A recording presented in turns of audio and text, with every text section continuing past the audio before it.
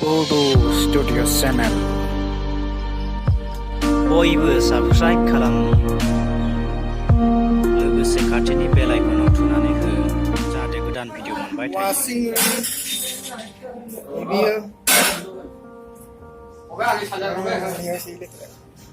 Video juice बनाइए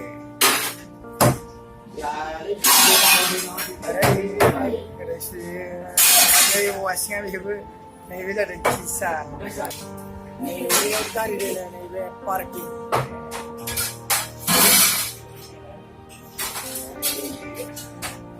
नै ट्रेनारफ्रा नैदि थोरसि लोगानांगौ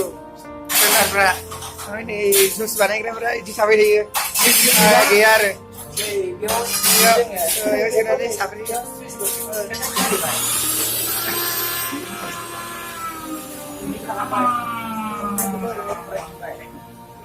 आदा नोंसिनियाव मा मोनोरा जोंनि बेहाय गोबां रोखोमनि लोंग्रा जुइसफोर मोननो हायो हमनानै ला आपेल जुइस बेनिफ्राय लेमन जुइस बेफोरबायदि जुइसखौ मोननो हायो आरो बिनि अनगायैबो आपेल ग्रेप्स बिदिनो मैंग' आइसक्रिम बिदिनो बेफोरखौ मोननो हायो जाग्रा बुस्थुखौलाय मा मोनो जाग्रा बुस्थुआहाय मात्र जोंनियाव मोनो माने परोटा मोनो नैबे हरो जोङो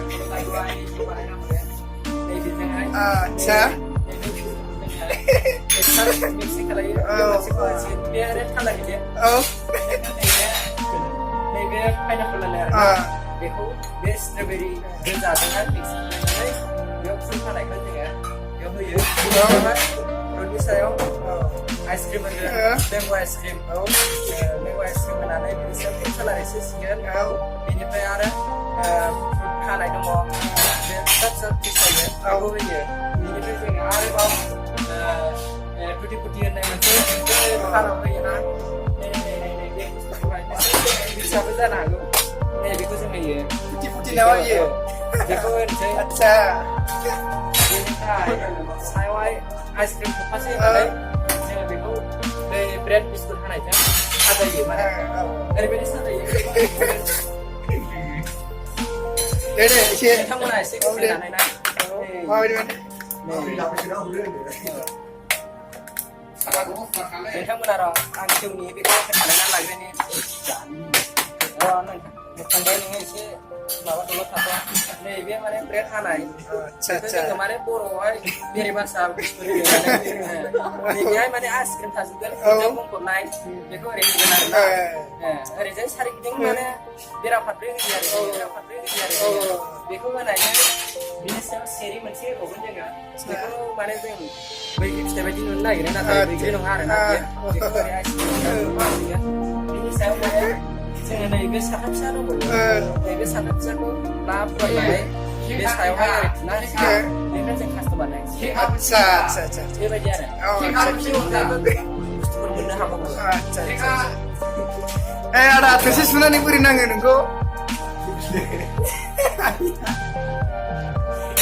मोजां ना खामानिया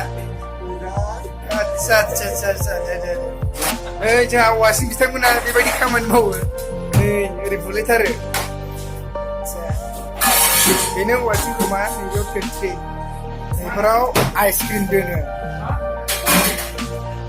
नै नै खिथाना र' दान्दिसे बानलु बिदै बानलु बिदै एवनानै देग्लिनानै बिदि खालामो